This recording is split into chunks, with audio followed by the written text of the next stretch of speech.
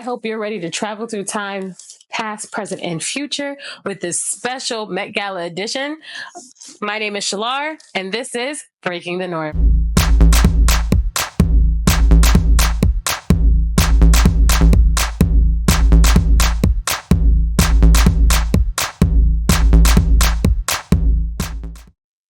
In this episode, we are going to be going over my personal opinions in terms of best dressed and worst dressed. I'm going to start with the worst dressed because it's a shorter list, and my opinions might kerfuffle some feathers, but honestly, I'm okay with that. Please keep in mind that just because a person's on the worst dressed list, in my opinion, doesn't mean they're actually poorly dressed. I just don't like the look, and there's reasons behind it. So first up on our worst dressed look. First person on our worst dress list is the Emma Chamberlain, the YouTuber who has now become a fashion girl. I personally don't like the look. I feel like more could have been done. I saw the vision. I get it, but I just don't like it personally.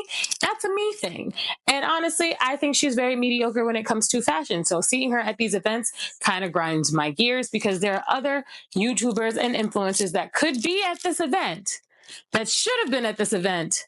And because, in my opinion, they're not a mediocre white girl, they are not invited. Wisdom K. I said what I said.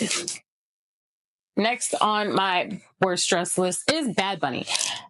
It's not a bad look. I personally like the look. I just think it's just a lot more subdued. I've seen him pull out better stops and outfits with last year's Met Gala and just on his tours and stuff like that. So I felt like he could have did more. I do like the historical context of the hat because that's what they wore in Puerto Rico for people who worked out in the fields. So I get it. I like it, but I don't like it enough for it to be best dressed. And I've seen better from him. Next up is one of Hollywood's sweethearts, Anne Hathaway. I've said it on TikTok. I've said it on Instagram. I'm going to say it again here. The outfit is giving very much daytime. I live in Manhattan. I'm going to go get brunch or lunch with the girls. Can I have a martini with these waffles? That's what it's giving. And I believe she's wearing Carolina Herrera in this. And it's signature Carolina Herrera in terms of the cotton button up, but too simple for this event. This is what you wear to when your friend says they're having a cocktail party, not the Met Gala. We could have done better. And I've seen Anne in much better things. Lackluster, short for me. I'm not happy about it. I know this one is going to get somebody going to be upset. Alton Mason, he is a model. Body is T. I get it. I just don't like this look. Don't think it was on theme.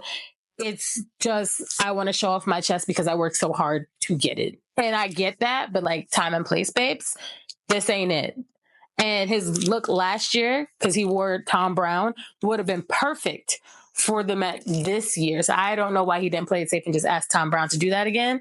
Or maybe he was Tom Brown's guest last year. I'm not exactly sure the details, but same thing with Jenna Ortega, which I liked her dress. The detailing, it was metal tape measuring strips. If you got close enough to see that detail. From afar, she just looks like she's wearing a silver dress. So you're getting a 2-for-1 on this one.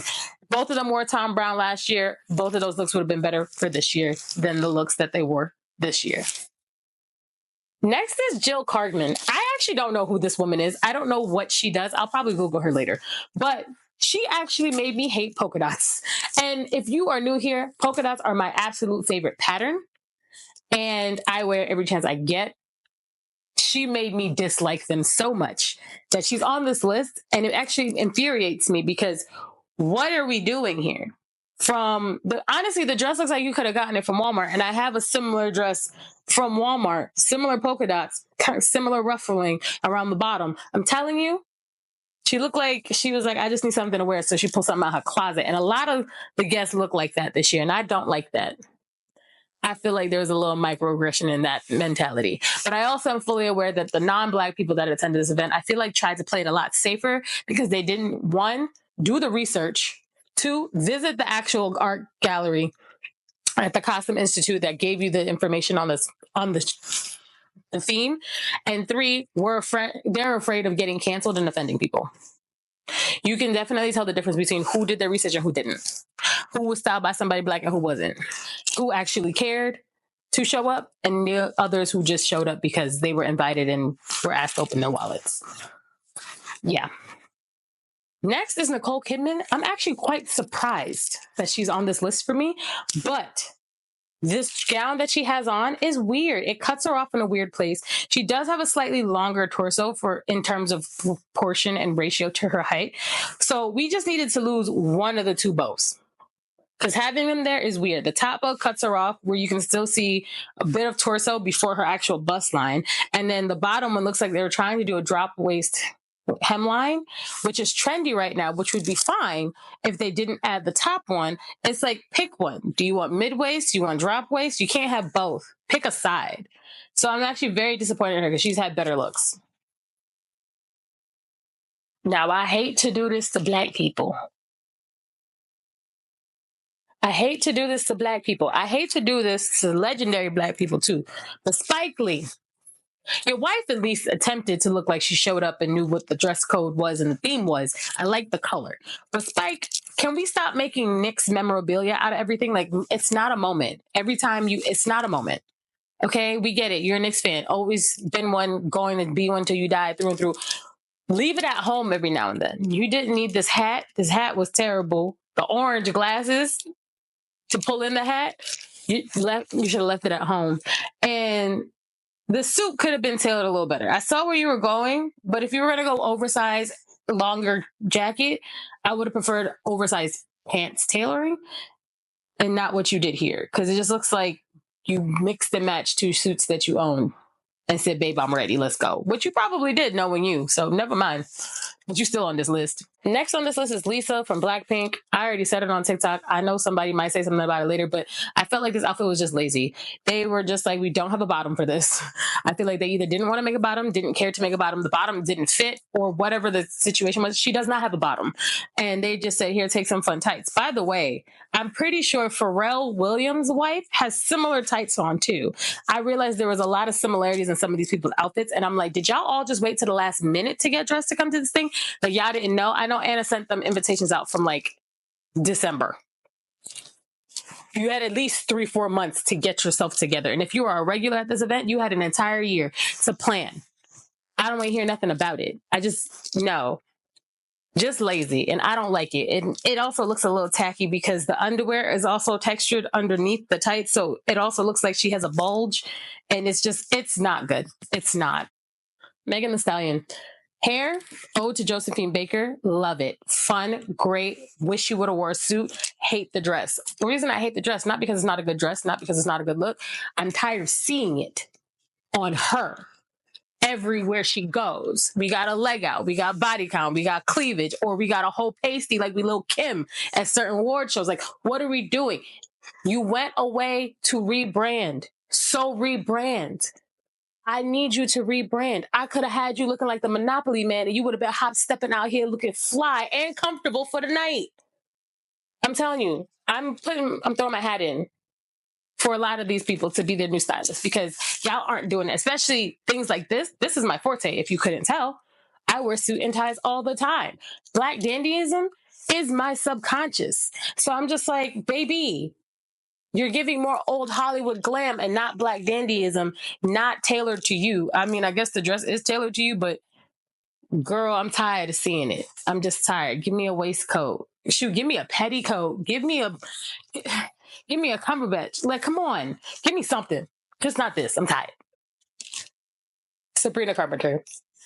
I knew what I was going to get. I had a discussion with my friend. She told me exactly what this was going to look like. So she predicted that. And I'm just going to say Playboy Bunny. I said it before. I see it. And now you can't unsee it. And that's the part that is throwing me because the woman that did design the Playboy Bunny costumes, it was a black woman. So if that was what she was going for, cool, great homage. But I'm like, I'm also tired of seeing it on you because I've been seeing it on you on tour this whole time too. So, and it's like spring. She could have went for a brighter color or just a lighter toned version of this burgundy. I understand fall colors and autumn colors, those deep tones are her color palette, but she could have did this differently. She really could have. But give me like a cage skirt at the bottom or something. Like I didn't want to see nothing but legs. And that's all I got. And I didn't really like it. So lazy on my part. Just lazy. That's my opinion. Now, Sha'Carri. I actually did email her team to style her, and they said they're not interested. Wearing this, they should have been interested. Okay, I understand that I am not a big stylist and I'm just starting out and making a name for myself, but these are the moments where you should have taken a chance on someone like me, because the colors, okay, I'm fine with the color combination. We could have did this in a suit. We could have did this in a skirt suit, a pantsuit, a short suit. We could have did this in a waist vest, a waistcoat, and shorts. Shoot, even if you wanted to go a little more, like there are so many options we could have played around with this. And then 3 ties down here, we could have just did a tie, a really cool tie, a big bow or something. I don't like it. It's poorly executed and it's a poor attempt at trying to be fashionable. And it's like, no, ma'am, no, just no. I'm disappointed. Last on my worst dress is Kim K. At first, I'm not gonna lie, I couldn't tell who she was. And I was like, that's crazy. I was like, is that Cardi B? Then I was like, is that Kim? I got it right the second time. And then I thought it was Kylie because the way the bottom of her mouth looked under that hat was giving very much Kylie with her fillers. And I know she removed her fillers, but then I saw Kylie right next to her. I was like, oh, that's not Kylie. Kylie and Kim are like, if Kim had a kid before North, Kylie was it because they are the same. That was a side note. But Kim's wearing chrome hearts. Now, I ain't got nothing against chrome hearts. But this outfit is just giving, it's kind of like what I said about Megan Thee Stallion. We knew what we was getting. You do the same thing every time you come to the Met Gala. Something that is body hugging, shaping, and it's like, okay, cool. You had a cute little waist chain with the pearls and the hat. I think those were the only 2 things that I really liked. The jewelry spoke for itself, cool. And like, if this outfit was on somebody else and not her, I think I'd be more intrigued. But because it is on her, I'm not, and I'm unimpressed because it's just what she would always wear. Something that is form-fitting. And what was with it with everybody's backs being cut so low that they said just on top of the butt crack. I don't want to see a butt crack. I'm sorry, it's not cute. I'm over it. I don't. There's cunty and then there's just tacky. Let's find the line between the two. Just no. If you made it this far into the video, thank you so much. Make sure you like, comment, and subscribe if you enjoy all of the videos that we put out. Leave suggestions down in the comment section so we can make the videos that you want to see and help you out, help you develop your personal style. Let's move on into our best dress. Our best dress is actually quite long, so we're going to do it in pairs. So our first pair are Janelle Monáe and Kwame Onwuachi. I hope I'm pronouncing that right. If I'm not, I'm sorry. Okay. But y'all can't tell me nothing. First of all, Kwame came in. He said, Black excellence, Black royalty. I'm giving you the crown. And from what I gather, his entire outfit is by a Black designer. And then you have Janelle Monáe. She was hands down my favorite outfit of the night because I felt like it spoke to me personally and what I would wear and how I dress. So it gave everything I needed to give. It gave me back life. It actually brought me out of my little depressive state to make this video. And the reveal was stunning because the boxy cape on its own was amazing. And then the reveal made it even better. So 10s across the board for these 2. These next 2 are a little unconventional to put together, but I'm going to put them together. We've got Mindy Kaling and the Reverend Al Sharpton. Okay, first of all, Al Sharpton said he's going to be sharp no matter where he goes. Okay, this was from his time. All right, this was civil rights for him. This is how they was dressing back then as well, and all the way through history. Hence why I said let's travel back in time. Mindy Kaling, though, she said, I had my kids and I lost some weight, and y'all be thinking I'm not pressure. You're not going to play with me because when they said tailored to you, everything down to the sash train was tailored to that woman. She's stunning. Stunning. And I know she could be a little controversial in terms of like what she does for work and like the stuff that she produces, but this outfit and her Met Gala looks are usually on point. So I don't want to hear no Mindy Kaling slander over here. Okay? Okay? Stunning. Next, of course, are Coleman and Raul Domingo. Okay, yes. Everybody's fairy godparents at this point in time. Coleman, this is his second look, but I'm pretty sure both looks were from Valentino. So from his blue cape, which was an homage to Andre Talley. And I believe his mother's favorite color is blue. There's a whole story to it. I love the pleating. I loved how it swept the floor. And then this look that I have in this picture with him and his husband, I love the patterns, the textures. I love the small polka dots with the large polka dots. I love the pleating on the pants. And then his husband said, I'm giving y'all Prince Purple Rain. Prince couldn't be here, but I got y'all. Okay. And I said, I love it. Every inch of it. That is a man who said, not only am I going to be fly, but my husband finna be fly with me. Okay, we are a unit. We are one. And I will say, when the gays come out to play, they usually play hard. Because a lot of the gay couples and a lot of the gays in general that I saw walk the carpet did a really great job with the tailoring, and I am not surprised. Okay, gagged more so on this look and for these two, but not surprised by everybody else.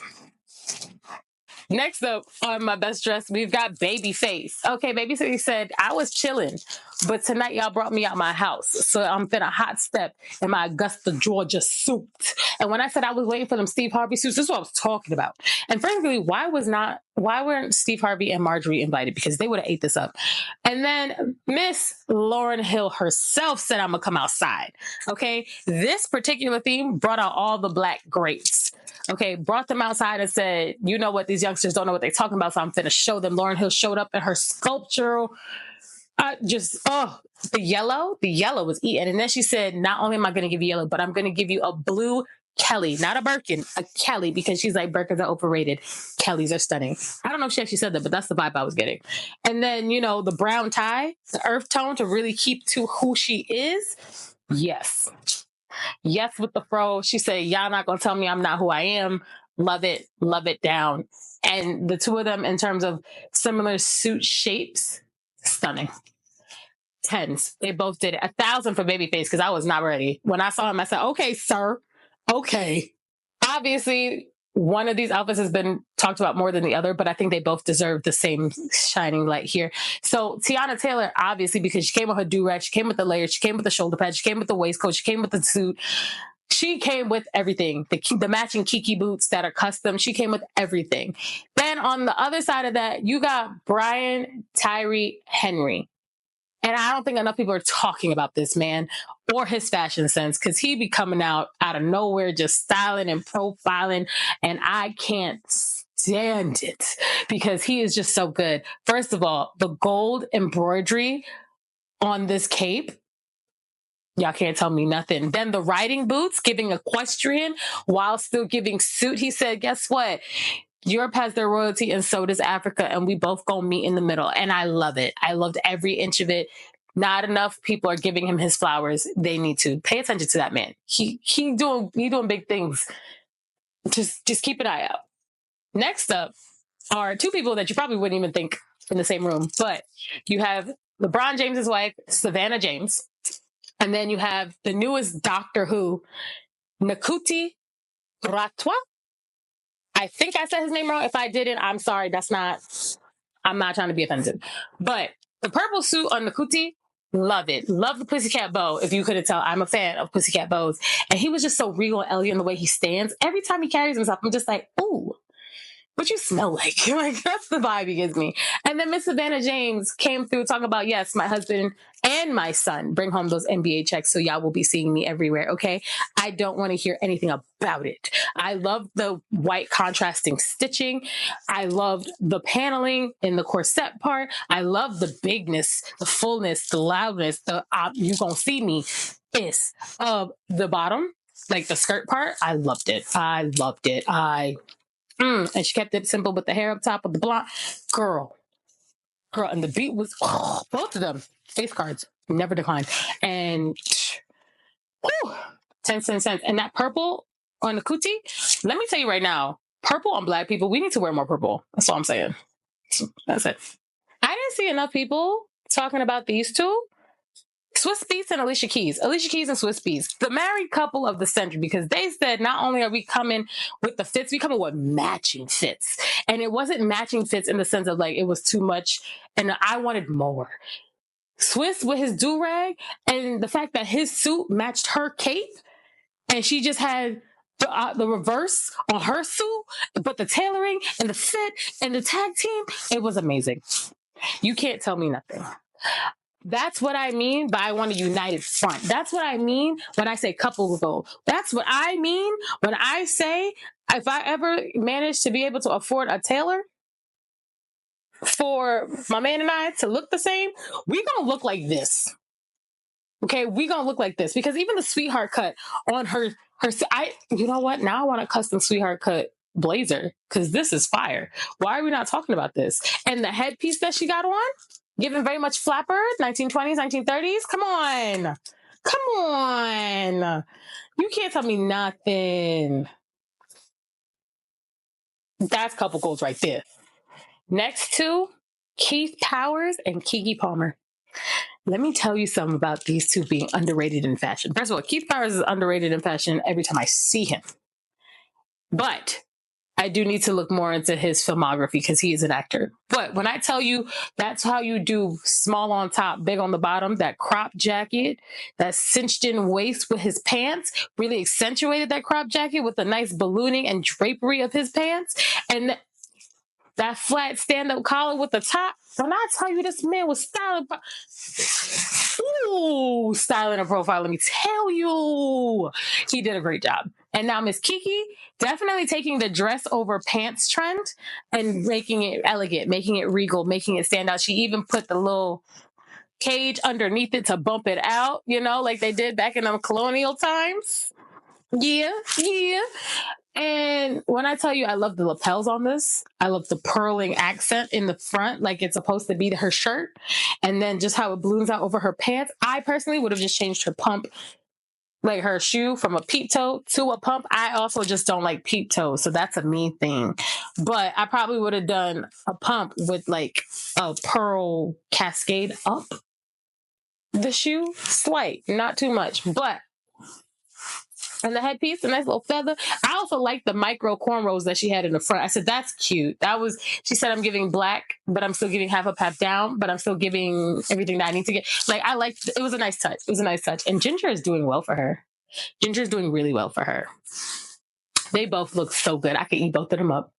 Scrumdiddlyumptious.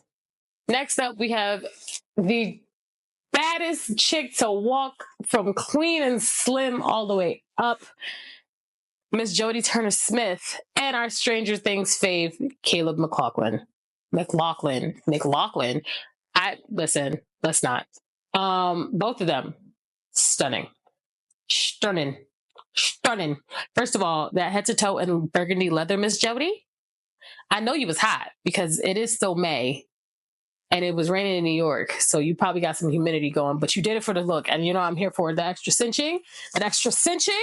What? And the hat is giving Mad Hatter.